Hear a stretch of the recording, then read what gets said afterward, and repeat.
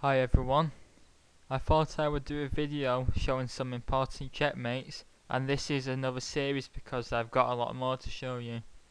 And also I've got a Leyland Congress at the weekend, so I will do videos on all 6 of my games, and I've got a few others coming up after that as well.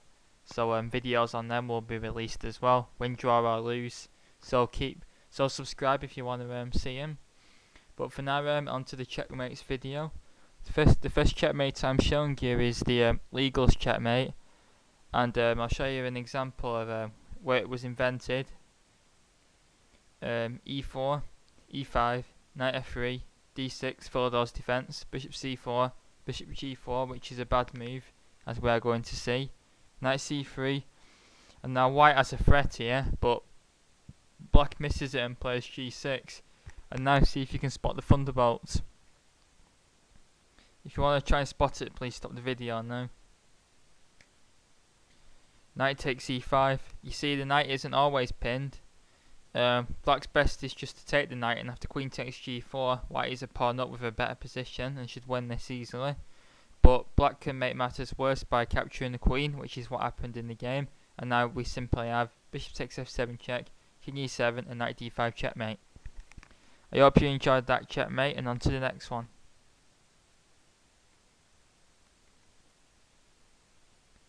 This is I've got a couple of examples there of the power of the double check.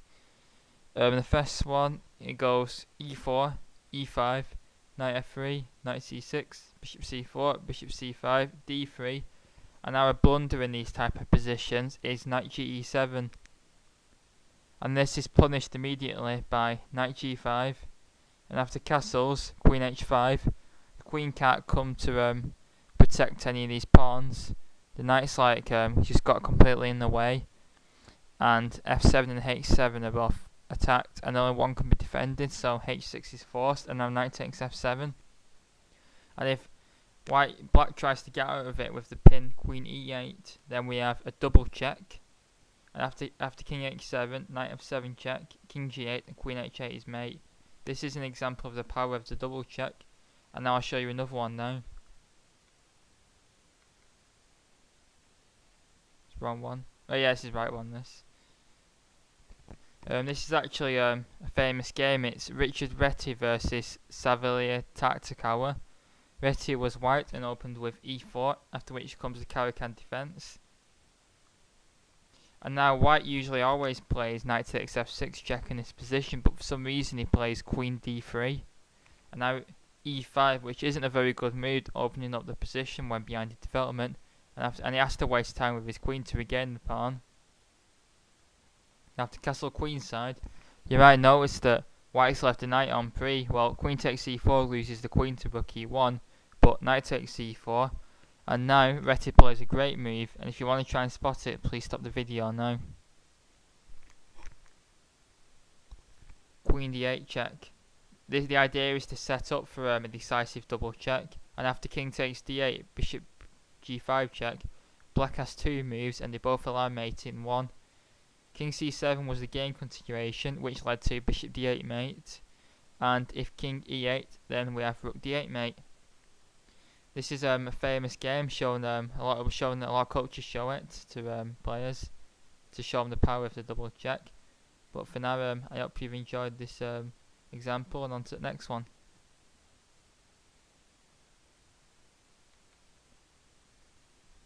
This is an example of smother mate. It's also to show you that smother mate doesn't always occur on a castled king. It can also occur on a king in the centre. The game goes e4, e5, f4, king's gambit takes, knight f3, g5. The critical test of the king's gambit, holding on to the pawn. Knight c3, g4, and now knight e5, queen h4, and now queen h4 check. G3, f takes g3, queen takes g4, and there a bad blunder for black is if you might notice that black can win a rook here because he can play g2 check and then queen is pawn taking a rook. But this is actually a bad blunder in what happened in the game, because although black's a rook up, he's got no pieces developed and his queen is trapped in a corner. So g2 check, double question mark. Queen h5, and now how is f7 being defended? Like if knight takes 6, then we have like just like d4 and black's defenseless. So bishop e7 to give the king a flight square, but now knight takes f7, and after knight f6 there is now a forced mate, and if you want to try and spot it, please stop the video now. Knight d6 double check. If king f8 then queen f7 mate, so king d8 and now queen e8 check, and no matter which piece captures there will be a mate on f7 with the knight. The king is just completely smothered by its own pieces, and this is also a good example of not to go on a queen raid. Anyway, I hope you enjoyed this example, and on to the next one. This is an example of Guridon's mate. It's quite a funny example as well.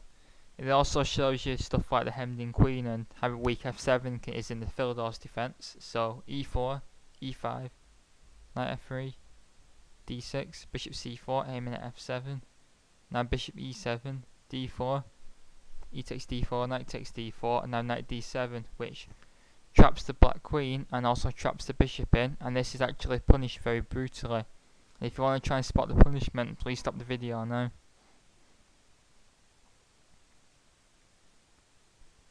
Bishop takes f7 check, and after king takes f7, knight e6 is played. And now black either has to lose the queen or get mated. If he takes the knight, then we have check and mate, which is an example of Guridon's mate, where also called the swallow's tail, where the king is checkmated by a queen and a pawn, and it can't move backwards diagonally because pieces are in the way. If the knight isn't taken and instead the queen moves, then it is lost by knight takes c7, queen d8, and now check. And if the king moves forward, then we have queen f5 mate again, and if it goes back, then you win it to a fork. But anyway, I hope you enjoyed that example, and on to the next one. This is the final example, and this shows Epaulet's mate, where the king is like checkmated on an open file with 2 rooks next to the king, and the finish is quite funny. This is actually a longer game. It's between Albin and Bernstein, so Albin, who invented the Albin counter gambit, and Ossip Bernstein, who I don't think is related to David Bernstein. But anyway, flip the board because black wins this one. e4, e5, knight f3, knight c6, bishop c4, bishop c5, knight c3, d6, d3, the old stodge, but the game soon livens up. And now after a series of captures, black gets the advantage because white just gives his 2 bishops up for no compensation. And black's better here. c3, rook b8, b4, bishop b6, and queen a4. And now it looks like white's fine, but the table's now turned with this central thrust d5. And white's king just gets hacked to pieces before it can castle. Also, note c6 has been protected. E takes d5, now e4, opening more stuff up. D takes e4, now queen takes c3 check, king e2 check. Now pawn is picked with check, and now black castles. And white now takes a pawn, so at least he's a pawn up for his troubles. But his king is getting subjected to a scorching attack. Rook f8, threatening queen e2. King g1, and now rook e6, a very strong move, taking advantage of the pin on the d5 pawn and bringing the rook in, and now the other rook's going to join the action. Oh, in fact it doesn't actually in the end. Queen d7, another blunder. This move is way too aggressive, and in fact the queen just goes back now anyway. Now queen e2. And after rook f1, this is the final blunder, although it looks forced anyway. So see if you can spot the finish. Queen takes f3, and black's just won a piece here because if the queen is immune due to rook g6 mate, a mate with the rook on its own because the king's trapped by its own pieces. And of course if it isn't taken, then black's just winning. Anyway, I hope you enjoyed these examples and found them aesthetically pleasing. I will do more videos and checkmates coming up soon, as well as the board chess coming up. Please subscribe to find out more.